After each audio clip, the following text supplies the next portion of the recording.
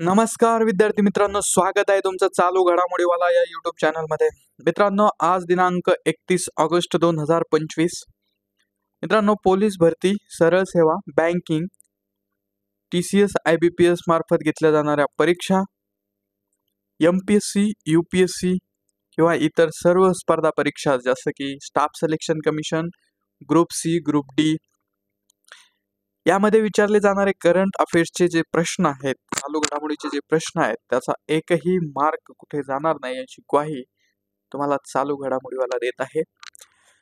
मित्रांनो, त्यासाठी तुम्हाला डिस्क्रिप्शन मध्ये दिलेल्या टेलिग्राम चॅनलच्या लिंकवर क्लिक करून टेलिग्राम चॅनल जॉईन करायचं आहे, ज्यामध्ये तुम्हाला मिळणार आहे दररोजचे मोफत PDF आणि क्विज स्वरूपात प्रश्न, ज्यामुळे तुमची प्रॅक्टिसही होईल. सोबतच तुम्हाला डिस्क्रिप्शन मध्ये इंस्टाग्राम चॅनलची सुद्धा लिंक दिलेली आहे, त्यामधूनही तुमची प्रॅक्टिस होईल. त्यालाही फॉलो करा आणि आपल्या चॅनलला सबस्क्राईब केलं नसेल तर सबस्क्राईब करा. सुरुवात करूया आजच्या व्हिडिओला.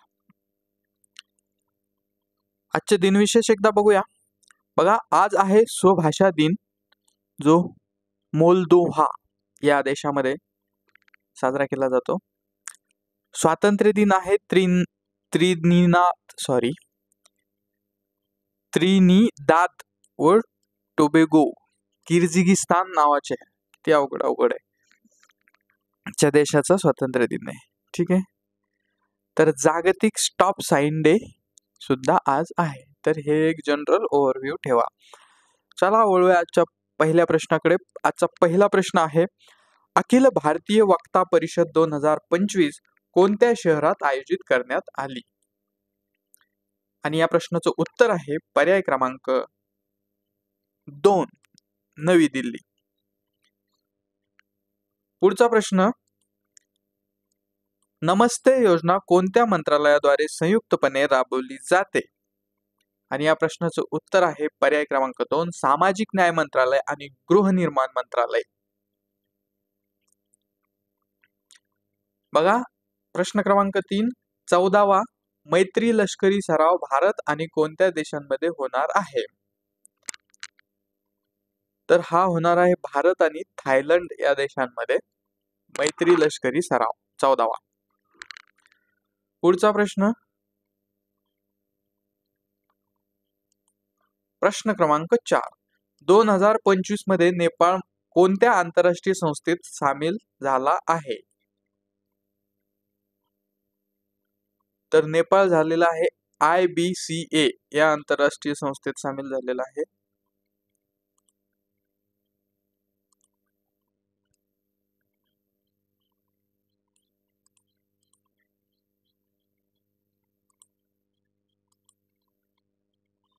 चलो, पुढचा प्रश्न,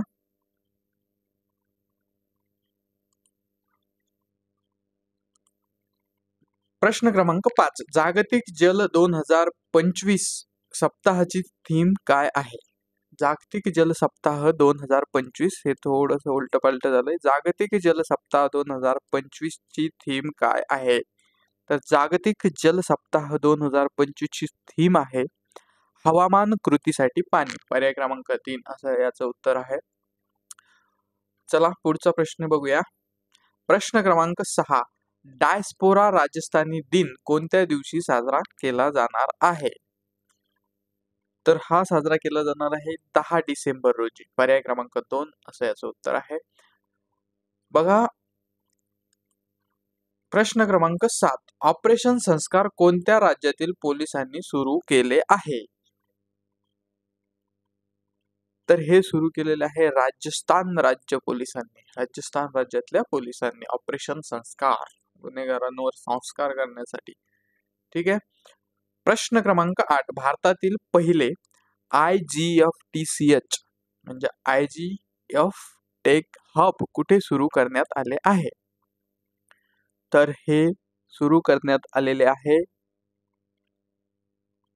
भुवनेश्वर, ओडिसा या ठिकाणी. ठीक आहे.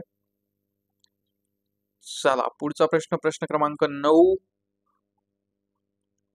जागतिक युवा तिरंदाजी 2025 स्पर्धेत सुवर्ण पदक जिंकणारी भारतीय खेळाडू कोण?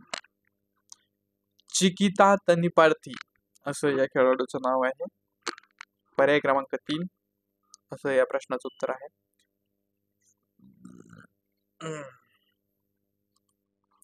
बघा प्रश्न क्रमांक 10.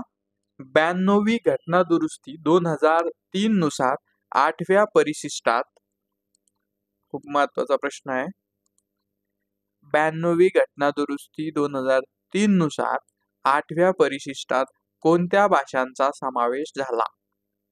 ठीक आहे, हा इम्पॉर्टंट क्वेश्चन आहे, याचा वाटल्यास स्क्रीनशॉट घेऊन ठेवा. तसे तर सगळेच इम्पॉर्टंटच प्रश्न आपण घेतो. बघा, संथाली, बोडो, मैथिली, टोंगरी, पर्याय क्रमांक 1 असं या प्रश्नाचं उत्तर आहे. ठीक आहे, आपण घटना दुरुस्त्या एकदा त्याच्यावर ओव्हरव्ह्यू नजर टाकूया. बघा, 92वी घटना दुरुस्ती कायदा कधी झाला? 2003 ला. 8व्या परिशिष्टामध्ये 4 भाषांचा समावेश करण्यात आला. कोणकोणत्या?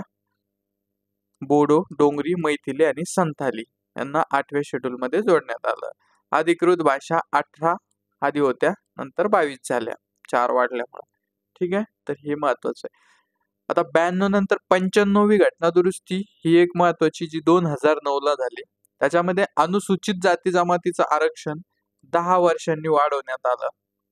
ठीक आहे, म्हणजे जे आरक्षण अनुसूचित जाती जमातीचं संपणार होतं त्याला अजून 10 वर्ष मुदतवाढ देण्यात आली. लोकसभा आणि राज्याच्या विधान परिषदामध्ये आता ते 2020 पर्यंत चालणार आहे. म्हणजे 2009चा हा कायदा 10 ते 20 असं, सॉरी माफ करा, 20 पर्यंत चालणार आहे, म्हणजे 20 पर्यंत चाललं.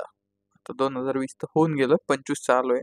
ठीक आहे, अँग्लो इंडियन समाजाचे प्रतिनिधित्व 10 वर्षांनी वाढवलं. ठीक आहे, अँग्लो इंडियन काय आहे हे तुम्हाला एखाद्या जो सविस्तर व्हिडिओ आपला येईल त्याच्यामध्ये वेगवेगळे कन्सेप्ट, वेगवेगळे येणारे शब्द, याच्यावर एक सविस्तर आपण व्हिडिओ घेऊ.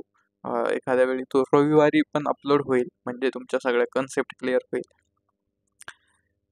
तर पुढची घटना दुरुस्ती 97वी घटना दुरुस्ती 2011 साली झाली. काय झालं त्याच्यामध्ये? सहकारी संस्थांना घटनात्मक दर्जा आणि संरक्षण मिळालं. सहकारी संस्था स्थापन करणे हा मूलभूत अधिकार, अनुच्छेद 19 जो मूलभूत अधिकाराचा अनुच्छेद आहे, याच्यामध्ये सहकारी संस्था स्थापन करणे याला ऍड करण्यात आलं. सहकारी संस्थांना प्रोत्साहन देण्यासाठी राज्य धोरणाचे नवीन मार्गदर्शक तत्व, म्हणजे मार्गदर्शक तत्वाच्या कॅटेगरीमध्ये सुद्धा वाढ करण्यात आली. तर सहकारी संस्थांसाठी राज्य घटनेत नवीन भाग 9B समाविष्ट केला. ठीक आहे, 99वी घटना दुरुस्ती झाली 2014 ला. सुप्रीम कोर्ट आणि उच्च न्यायालयाच्या न्यायमूर्तींच्या नेमणुकीसाठी राष्ट्रीय न्यायालय नेमणूक आयोग स्थापना. बघा, राष्ट्रीय न्यायालय नेमणूक आयोगाची स्थापना करण्यात आली. 2015 ला सुप्रीम कोर्टाने ही घटना दुरुस्ती रद्द केली. बघा, म्हणजे ही इम्पॉर्टंट आहे परीक्षेच्या दृष्टीने. ही घटना दुरुस्ती झाली सुद्धा आणि रद्द सुद्धा झाली. 14 ला झाली, 15 ला रद्द झाली. ठीक आहे, 100वी घटना दुरुस्ती 2015 झाली. भारत आणि बांगलादेश यांच्यातील 1974च्या भूसीमा करारानुसार काही भाग बांगलादेशला दिला, तर काही भाग भारताने घेतला. म्हणजे उलट पालट झालं, ते नीट करून घेतलं. बांधाचे भांडणं होते, धुऱ्याचे भांडणं म्हणण्यापेक्षा त्यांना तर आपणच स्वातंत्र्य करून दिलं पाकिस्तानमधून, तो एक वेगळा भाग. ठीक आहे, तर यानुसार राज्यघटनेच्या पहिल्या शेड्यूल मधील 4 राज्यांचा, म्हणजे आसाम, पश्चिम बंगाल, मेघालय, त्रिपुरा प्रदेशांशी संबंधित तरतुदीमध्ये दुरुस्ती केली गेली. ठीक आहे, 101वी घटना दुरुस्ती कायदा कधी झाला किंवा कधी घटना दुरुस्ती झाली? 2016 ला. काय आला? वस्तू आणि सेवा कर लागू करण्यात आला. ठीक आहे, जीएसटी जीएसटी जीएसटी जीएसटी दिसली ती. चला, 102वी घटना दुरुस्ती किंवा 102वी घटना दुरुस्ती कायदा हा आला 2018 ला. हे बघा, हे पण महत्वाचं आहे. जीएसटी कधी लागू करण्यात आली? तर 2016 ला. आता ते 2016 ला नोटबंदी झाली, ते पण त्याच्यामध्ये लक्षात ठेवायचं. 8 नोव्हेंबर 2016.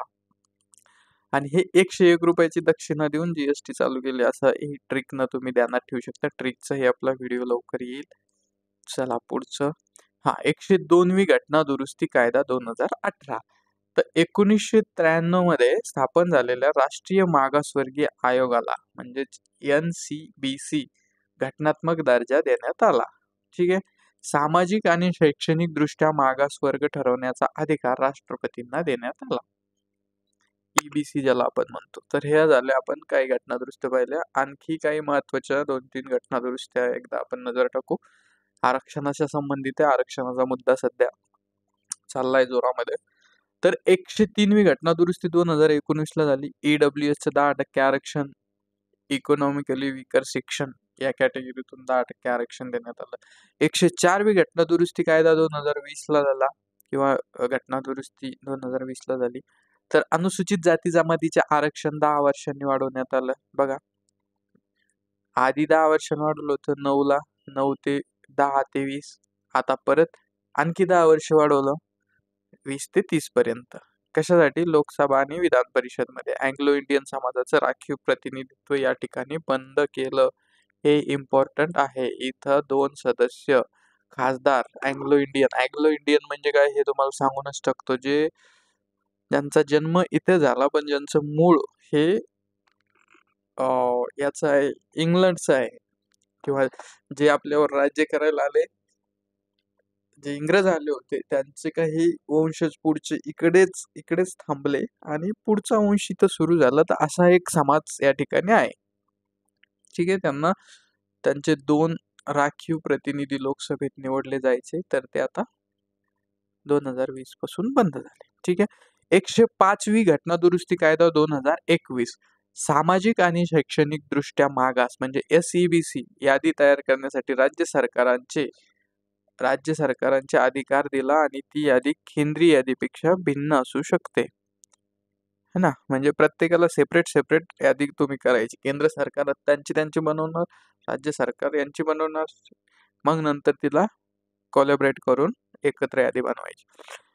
बघा, 106वी घटना दुरुस्ती 2023 लोकसभा, राज्य विधानसभा आणि दिल्ली विधानसभा मधील 1/3 जागा महिलांसाठी येत्या 15 वर्षाच्या कालावधीसाठी राखीव ठेवण्यासाठी.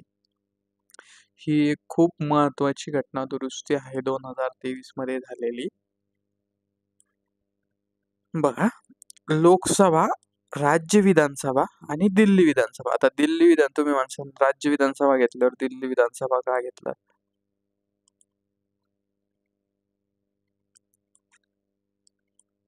तर दिल्ली विधानसभा, दिल्ली हा केंद्रशासित प्रदेश आहे, मात्र तिथं पण विधानसभा आहे, है ना? सगळ्या राज्यात तर विधानसभा आहेत, लोकसभा तर लोकसभा देशाच्या आहेत.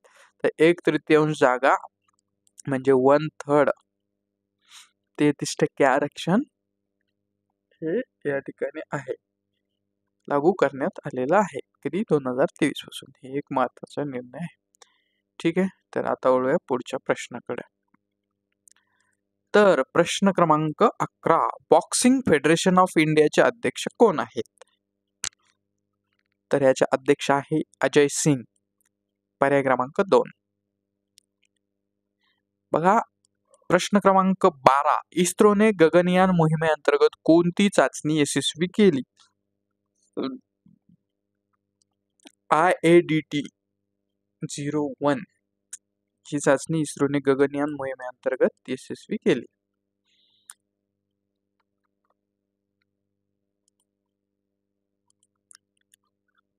प्रश्न क्रमांक 13. भारतातील पहिल्या रिमूव्हेबल सोलार पॅनल प्रकल्पाची सुरुवात कुठे झाली? वाराणसी.